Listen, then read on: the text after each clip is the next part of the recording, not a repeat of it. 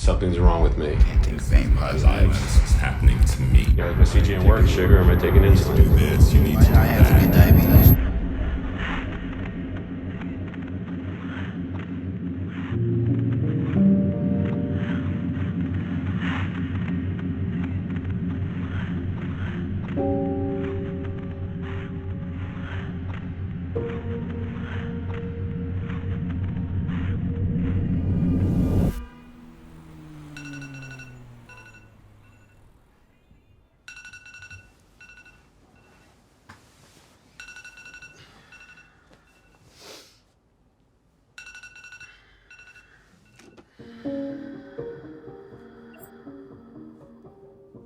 The day starts and ends with checking your blood sugar. I don't think that's how a day should start and end.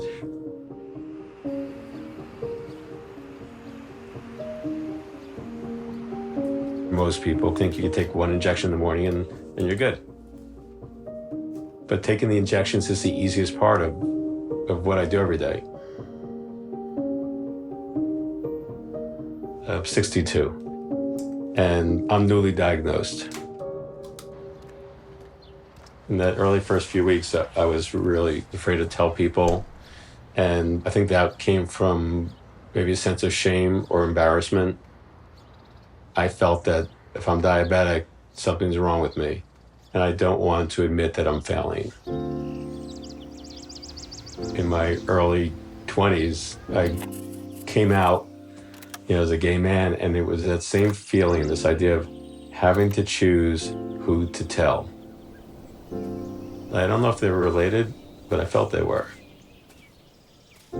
Some people just don't want to know that much about how it is because it's overwhelming, I think, for anyone to think that's how you live your life. Holy shit. This constant feeling of being overwhelmed by all that you have to do, because any screw up can lead to a really big problem. Hooah! Boom! Did you just try to shoot it through at Shaquille? Like what? Do you know I don't know all the anything about different basketball? stats, okay? Shaq can't shoot a free throw if his life depended on it. I'm Shaq, let's go! Who was that? You gave me a foul, you pushed me. I just want to be able to be living my life with diabetes the way it's meant to be lived, with like a perfect amount of insulin. And I do not whatsoever do not want to be in such, I do not want to be in an inescapable hole of diabetes. My fear, I felt like it was not spoken about enough, was dying sooner than we should. Of course, we can get hit by a bus tomorrow, but the real question is this disease gonna take away some years from my life if I don't control these days the rest of my life,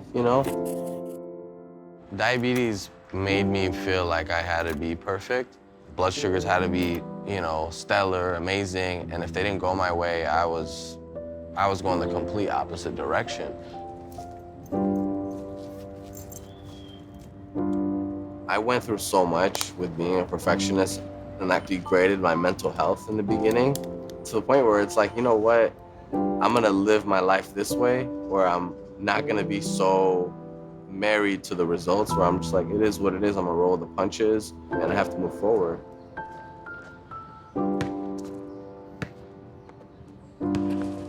Dude, I'm so hungry, I could eat a cow.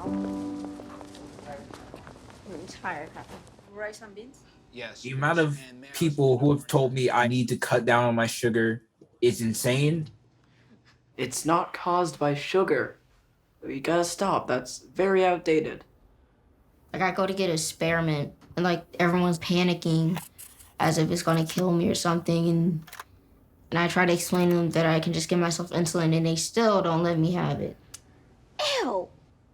Who does that? That's not Me. I do that sometimes. What is wrong with you people? Can you tell me more about that independence that it gives you and that faith in yourself? The independence in managing my own blood sugar, like being able to control if I'm gonna live or die that day, it's kind of cool. I mean, I mean, that's probably a horrible way of putting it, but that's really what diabetes management is all about.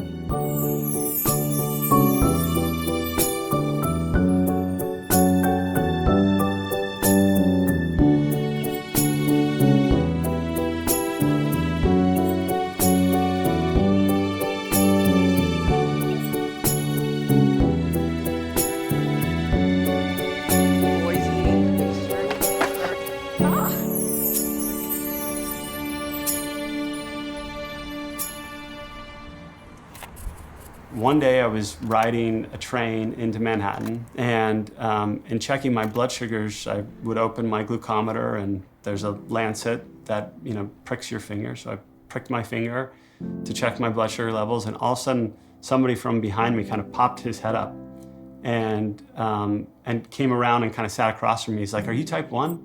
And I said, "Yeah." He's like, "I'm type 1." And I was like, "Wait, really? Like you look so normal. Like I didn't know anybody else was kind of, I mean, I did, but I never met anyone."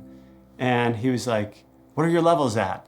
What did you eat this morning? Do you need anything? I've got a snack in my bag." And it was like such a, just like a relief to know that somebody else knew what I go through every day. And now when I get connected to other type 1s, I mean, and I feel like it's this way for most people, we'll drop everything for each other. When I don't take care of my diabetes, I'm not trying to hurt my parents, but I feel like I'm hurting them. The problem is I want to do it more for them than for me. And it's okay to feel like I want to do it for them, but it's just, how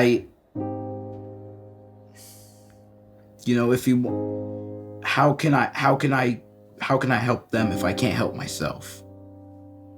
That's what it feels like. That's the kind of pressure it feels.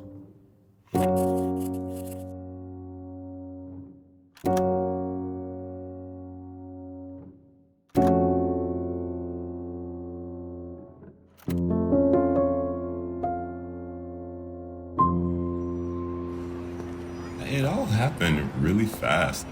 I was just trying to get through this silly show and survive without dying nightly.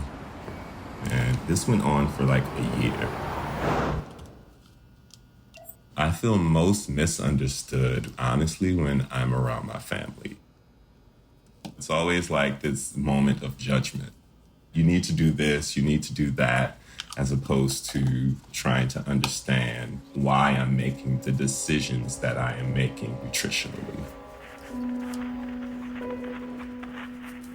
These statements are made usually without any knowledge of how I'm doing or how I'm caring for myself. It's just assumed that I'm not caring for myself. I wish people were more conscious of the things they say and how they affect people, especially people who are struggling just to have a decent day. Through fragility, I learned to be strong for myself and for others. If you tell yourself, I'm gonna dedicate my time to learning and listening and opening my ears, your life won't be as complicated with diabetes.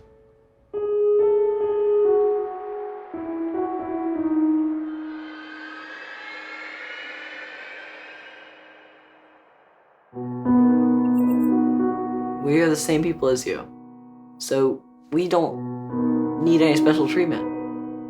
We can do anything that a normal person does, and sometimes even better. For me, finding a community has been incredible, and it is like therapy in the absolute best way. Whenever I come in contact with someone who's struggling, I just let them know that it's okay to go through these changes. It will eventually land you in a space to where you can just care for yourself. I'm not afraid to open up. I'm not afraid to tell people I need help. And that's something I learned in this whole process.